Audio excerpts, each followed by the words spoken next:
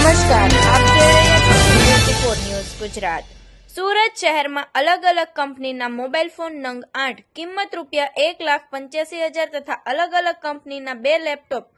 કિંમત ₹80,000 ની મળી કુલ કિંમત ₹2,65,000 ની મત્તાના મુદ્દામાલ સાથે 3 ઈસમોને પકડી પાડતી સારોલી પોલીસ કમિશનર શ્રી અનુપમસિંહ ગેહલોત સાહેબ તથા ખાસ પોલીસ કમિશનર શ્રી સેક્ટર 1 તથા નાયબ પોલીસ કમિશનર શ્રી ઝોન 1 તથા મદદનીશ police commissioner Shri B division Surat શહેરનાઓએ મોબાઈલ સ્નેચિંગ તથા વાહન ચોરીના અનડિટેક્ટ ગુનાઓ ડિટેક્ટ કરવા માટે સૂચના કરેલ હોય, જે સૂચના અને માર્ગદર્શનના આધારે police inspector Shri SR Vekariya સાહેબ નાઓની આગેવાની હેઠળ સર્વેલન્સ સ્ટાફના police sub inspector SR Rana સાહેબ નાઓ નિયોલ ચેકપોસ્ટ ખાતે વાહન ચેકિંગમાં હતા। તે દરમિયાન પોલીસ કોન્સ્ટેબલ વિલેશકુમાર જશવંતભાઈ તથા પોલીસ કોન્સ્ટેબલ વિપુલસિંહ વનરાજસિંહ નાઓને મળેલ સંયુક્ત બાતમી હકીકત આધારે 3 ઈસમો નામે નરસિંહ હરિસિંહ રાવત, અજય જગદીશચંદ્ર ખટીક, અજય કુમાર મનોહરલાલ કીર નાઓની પાસેથી અલગ અલગ કંપનીના મોબાઈલ ફોન નંગ 8 કિંમત ₹1,23,000 તથા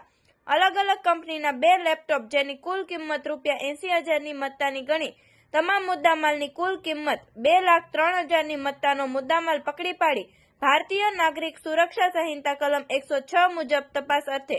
કબજે કરી મજકૂર 3 ઈસમોને ભારતીય નાગરિક સુરક્ષા સંહિતા કલમ 35(1)(e) મુજબ અટક કરી કાયદેસરની કાર્યવાહી કરેલ છે। આવા અવનવા સમાચાર જોવા માટે જોતા રહો P24 ન્યૂઝ ગુજરાત।